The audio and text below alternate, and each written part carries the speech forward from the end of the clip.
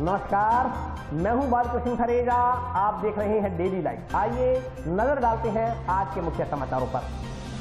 घरेलू विवाद में पति ने पत्नी पर किया हमला, घायल विवाहिता को इलाज के लिए जिला अस्पताल में करवाया गया भर्ती। कोरोना रिपोर्ट नेगेटिव आने के बाद काम पर लौटे जंक्शन थाना प्रभारी नरेश गैरा, स्टाफ ने पुष्प वर्षा कर किया स्वागत। किशनपुरा दिखनादा के ग्राम विकास अधिकारी को एपीओ करने की मांग, ग्रामीणों ने जिला परिषद सीओ को सौंपा ज्ञापन। जाति सूचक गालियां निकालने वालों के खिलाफ कार्रवाई करने की मांग, बहुजन समाज पार्टी कार्यकर्ताओं ने एसपी को सौंपा ज्ञापन। ई रिक्शा चालकों ने की स्टैंड के लिए स्थायी स्थान उपलब्ध करवाने की मांग। और अब समाचार विस्तार से। टाउन के करियाना भवन के नजदीक रहने वाले एक दंपति के बीच घरेलू विवाद में पति ने पत्नी पर चाकू से वार कर दिया। घायल विवाहिता को इलाज के लिए जिला अस्पताल में भर्ती करवाया गया है। टाउन के वार्ड नंबर 25 में शुक्रवार सुबह एक व्यक्ति ने अपनी पत्नी पर चाकू से हमला कर घायल कर दिया। विवाहिता को घायल अवस्था में टाउन स्थित राजकीय जिला चिकित्सालय में भर्ती करवाया गया है। घटना के बाद मौके पर पहुंची पुलिस ने आरोपी पति को गिरफ्तार कर लिया। टाउन थाना के एएसआई जसकरण सिंह ने बताया कि टाउन स्थित किराना भवन के नजदीक दीनदयाल चौक के पास रहने वाले दिनेश कुमार ने सरदार शहर जाने के लिए शुक्रवार सुबह अपनी पत्नी मैना देवी से रुपए मांगे, लेकिन मैना देवी ने रुपए नहीं होने की बात कही। इस पर दिनेश कुमार ने रुपए न होने पर गहनों की मांग की, लेकिन मैना देवी ने गहने देने से इनकार कर दिया। इसी बात को लेकर पति पत्नी में झगड़ा हो गया। गुस्से में आकर दिनेश कुमार ने किचन में रखे चाकू से अपनी पत्नी पर वार कर उसे घायल कर दिया। सूचना मिलने पर मौके पर पहुंची पुलिस ने घायल मैना देवी को राजकीय जिला चिकित्सालय में पहुंचाया, वहीं आरोपी पति को राउंड अप कर लिया। मैं दीदी का फोन आया मेरे पास कि मेरे घर पे लड़ाई हो, जल्दी आ जा।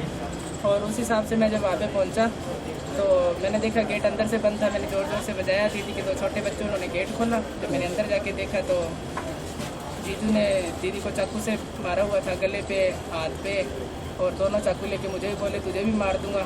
फिर मैंने उनको बोला कि अब रुको रुको, पर नहीं रुके। फिर उसके बाद मैंने कंट्रोल रूम फ़ोन किया, पुलिस आई और फिर उसके बाद हम हॉस्पिटल आ गए।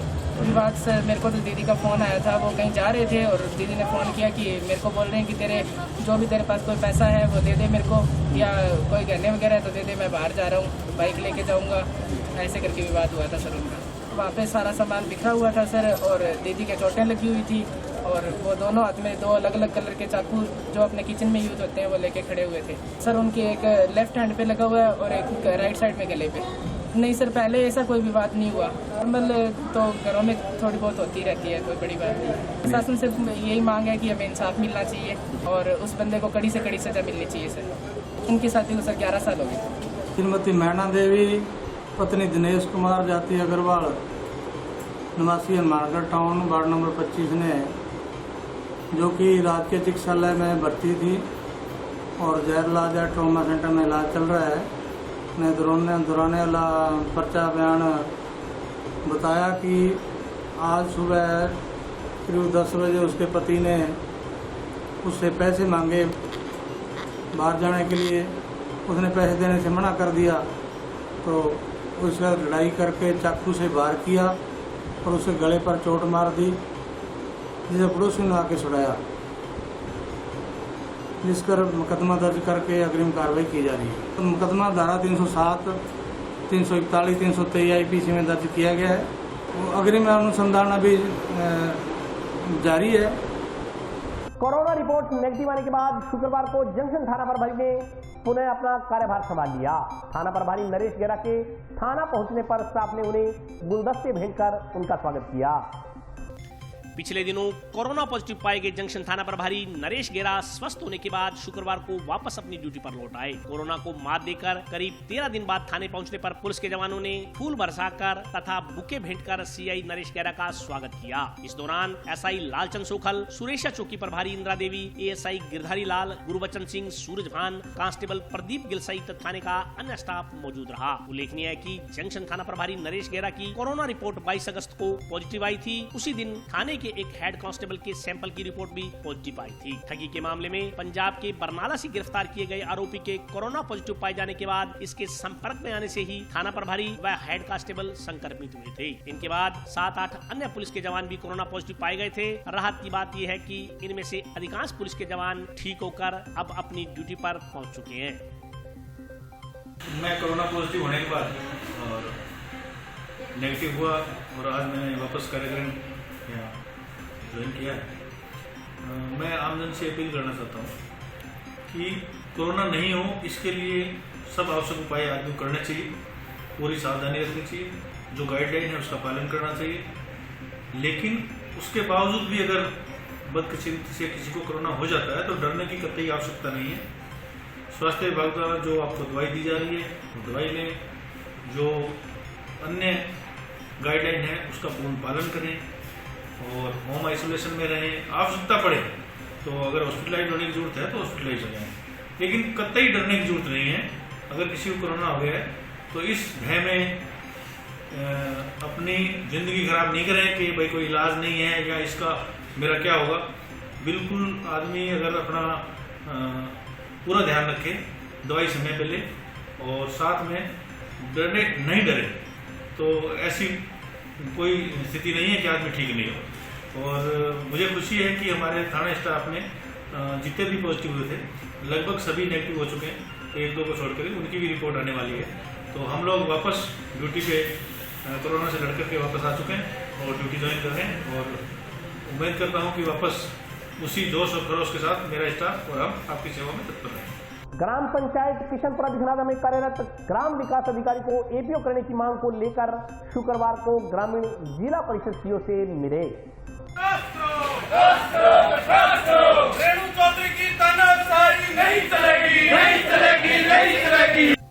गांव किशनपुरा दिखनादा के ग्रामीणों ने जिला परिषद सीईओ को ज्ञापन देकर ग्राम पंचायत में कार्यरत ग्राम विकास अधिकारी के स्थानांतरण की मांग की है। ग्रामीणों ने कहा कि वर्तमान में ग्राम पंचायत में कार्यरत ग्राम विकास अधिकारी कथित रूप से तानाशाही रवैया अपना रही है। इसके चलते गांव के लोग काफी परेशान हैं। ग्राम पंचायत के कई काम अधूरजूल में है। यदि कोई ग्रामीण गाँव की समस्या को लेकर ग्राम विकास अधिकारी के पास जाता है तो वे कोई न कोई बहाना बनाकर काम को टाल देती है। गाँव के लोगों का कहना है कि ग्राम विकास अधिकारी तानाशाही पूर्वक रवैया अपनाते हुए कार्य करती हैं, जिससे गांव का हर व्यक्ति परेशान है। ग्राम विकास अधिकारी मनरेगा श्रमिकों को सूची में नाम काटने की धमकी देकर मानसिक रूप से प्रताड़ित कर रही हैं। गांव के लोगों ने जिला परिषद सीईओ को ज्ञापन देकर शीघ्र अतिशीघ्र उक्त ग्राम विकास अधिकारी को एपीओ करने की मांग की है।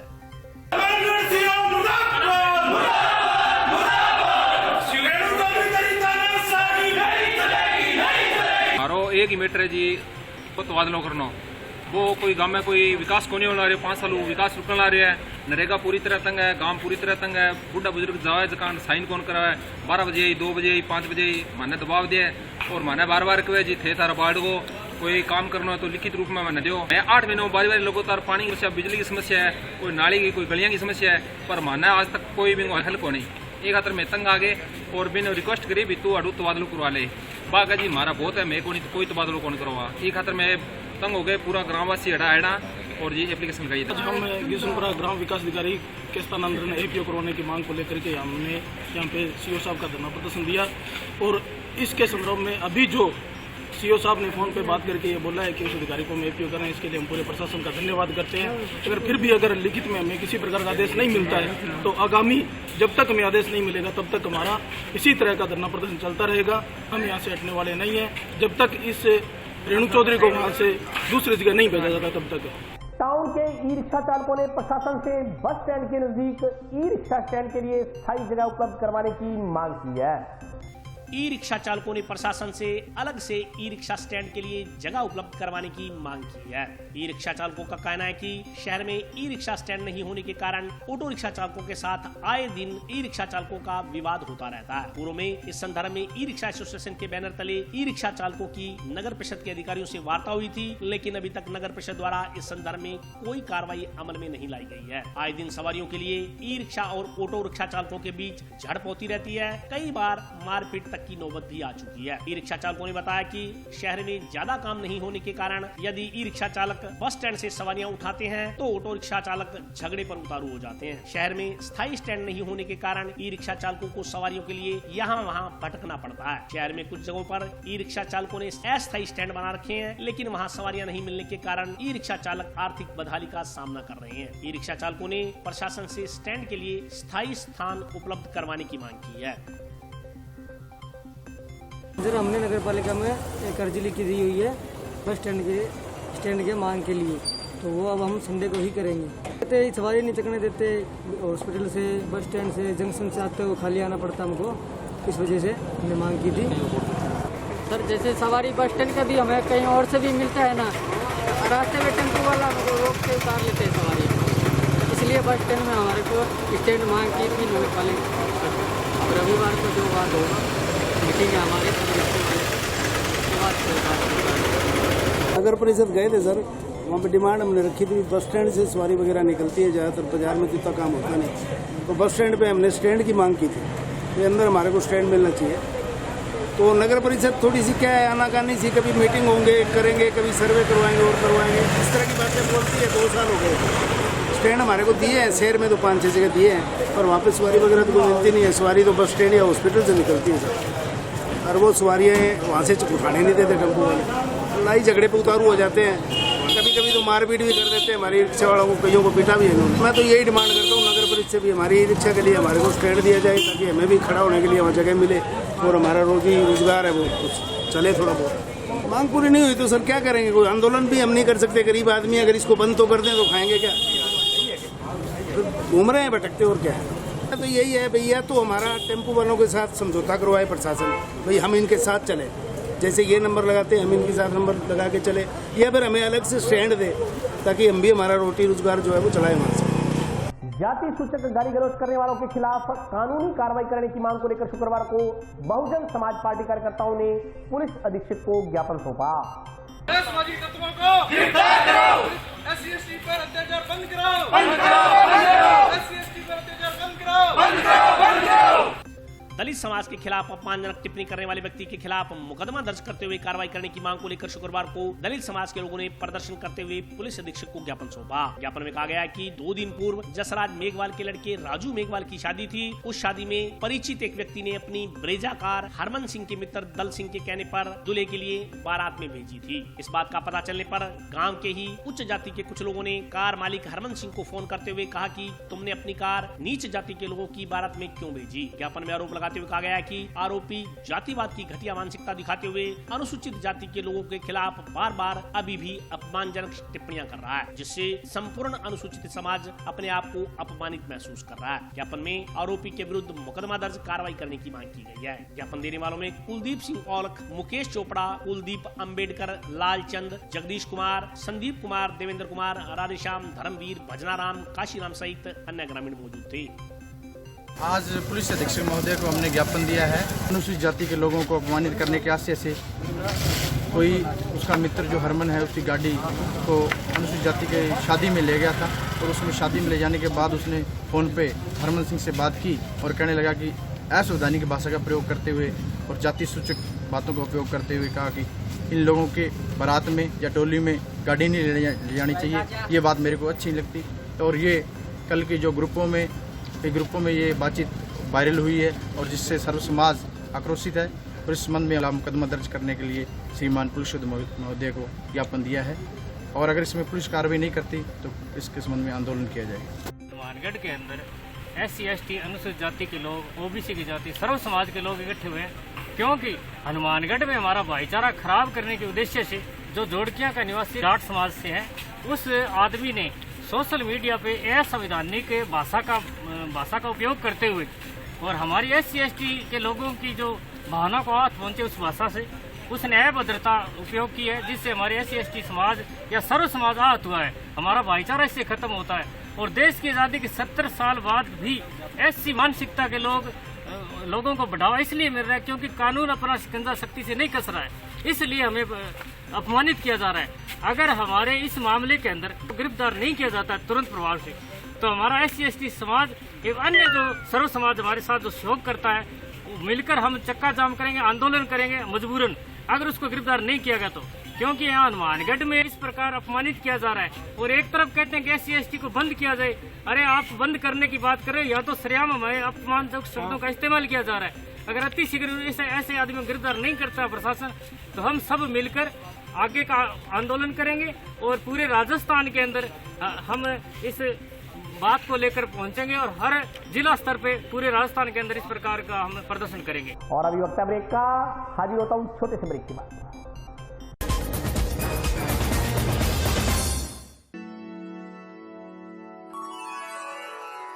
यूं तो कई बार मुझे हंसते देखा है, पर ये हंसी कुछ और है। ये गहना मुझ पर जचता है, पर ये महज एक गहना नहीं। ये रूपरेखा है मेरे मन की, हंसती खिलखिलाती लहरों की, जो आतुर थी अब तक मुझ पर सजने को। इसलिए ये गहना ही मेरा सच्चा श्रृंगार है, श्रृंगार है, श्रृंगार है।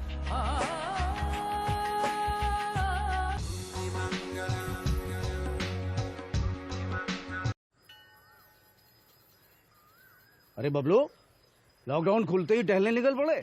महामारी अभी फैली हुई है। सरपंच जी टहलने नहीं, काम पे वापस जा रहे हैं। तुझे डर नहीं लगता वायरस पकड़ लेगा? पहले थोड़ा बहुत डर लगता था, फिर पता चला कि अगर मैंने पूरी सावधानी बरती तो ये बीमारी होने की संभावना कम है। सबसे महत्वपूर्ण है ये मास्क। काम पर मास्क हमेशा पहनूंगा, समय समय पर हाथ धोता रहूंगा और दूसरों से हर वक्त कम से कम 2 गज की दूरी बनाए रखूंगा। खुद को, दूसरों को और अपने परिवार वालों को भी सुरक्षित रखूंगा। अरे भाई, मेरी जिम्मेदारी बनती है तुझे चेतावनी देना, तो दे दिया। जब देश के मेडिकल और स्वच्छता कर्मचारी रोज कोरोना वायरस से लड़ने का काम कर रहे हैं, तो हमारी भी तो जिम्मेदारी बनती है अपना काम करने की। बबलू, तुझे कुछ हो गया तो? हजारों लोग इस बीमारी को हराकर ठीक हो चुके हैं, और अगर किसी कारण मुझे ये बीमारी हो भी जाए तो सरकार ने अस्पताल में हमारे इलाज के लिए पर्याप्त व्यवस्था कर रखी है। ये घबराने का वक्त नहीं, एक दूसरे का हौसला बढ़ाने का वक्त है।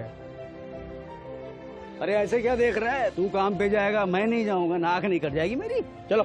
मास्क। हाँ, मास्क, मास्क। अरे नाक तो ढक लो। हाँ। कोरोना वायरस से हमें लड़ाई जारी रखनी पड़ेगी, पर उससे डर कर नहीं, पूरी सावधानी के साथ डट कर चलिए। रुकी जिंदगी को आगे बढ़ाएं, देश को आत्मनिर्भर बनाएं। जय हिंद।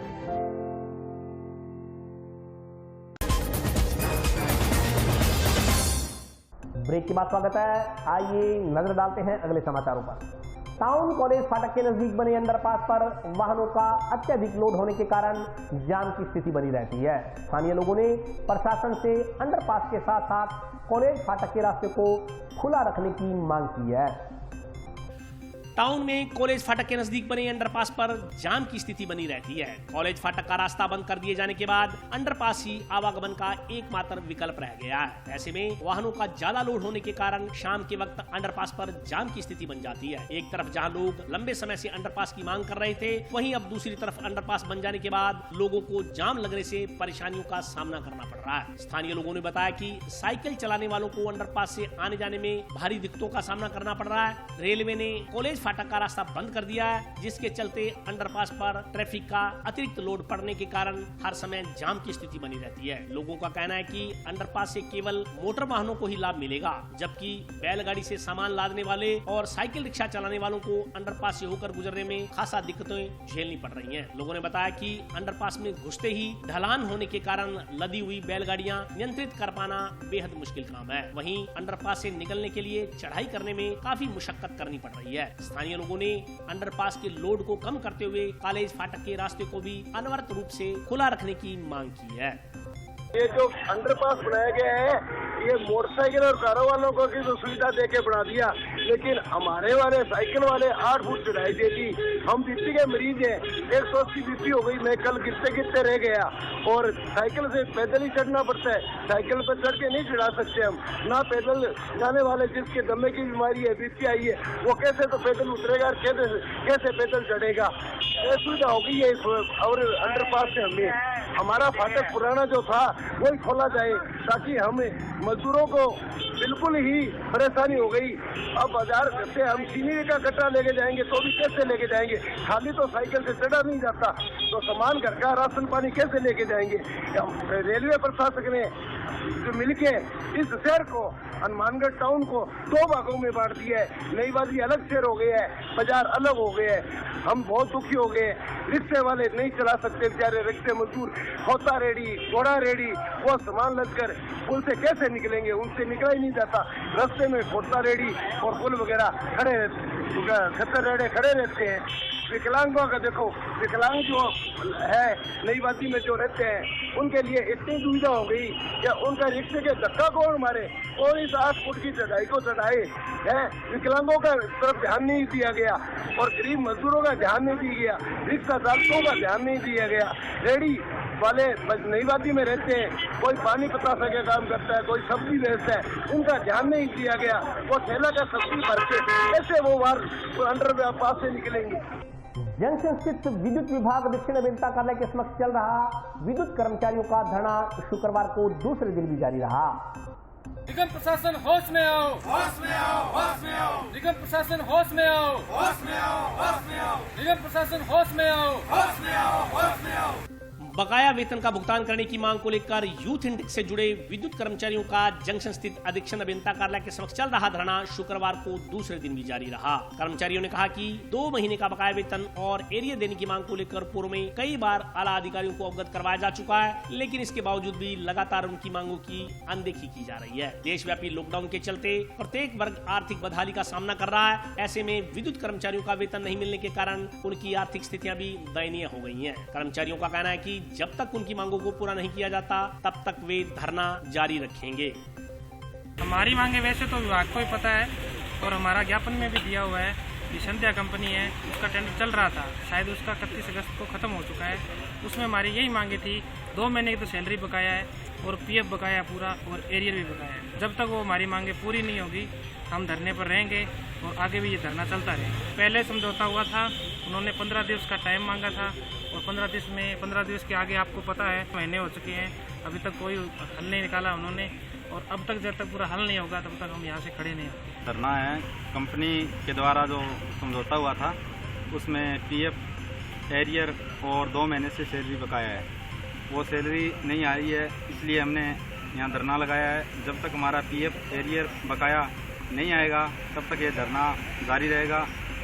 धरने का दूसरा दिन है और जब तक हमारी मांगे हैं वो नहीं मानी जाएगी तब तक हम ये धरना चालू रखेंगे। कोई समझौता नहीं हुआ विभाग के साथ। अब की बार जो समझौते हुए वो उन्होंने नहीं माने, अब की बार कोई समझौता नहीं हुआ ऐसा।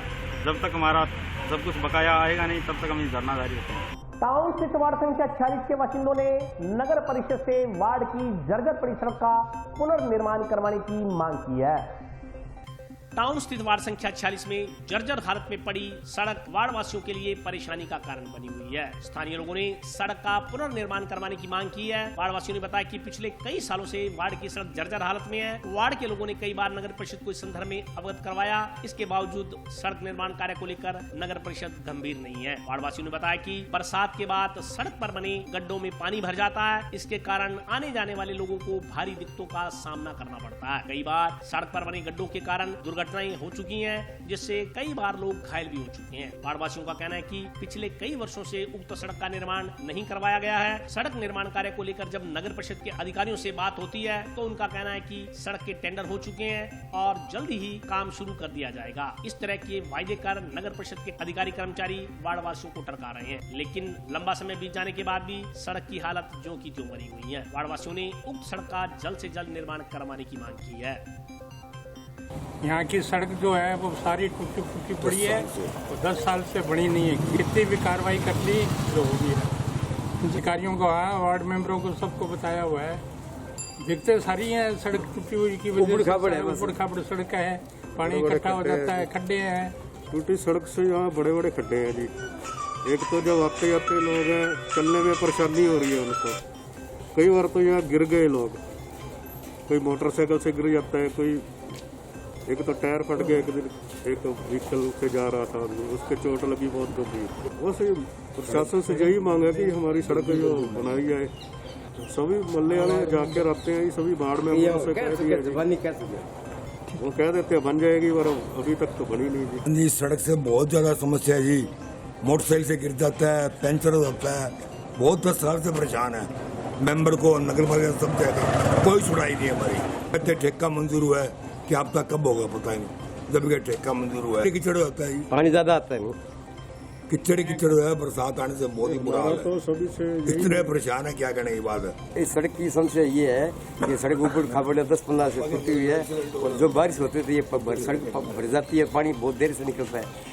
और ये इसको सड़कों खूब तोड़ करके उसको बनाया जाए। कहीं मकान नीचे होता ना, उसको खूब तोड़ करके वापस सीधी सड़क बनाई जाए हैं, ताकि लोग यानी मोहल्ले में उसको इस सड़क का सुधार हो जाए, सबको आने जाने में समस्या है हल हो जाए।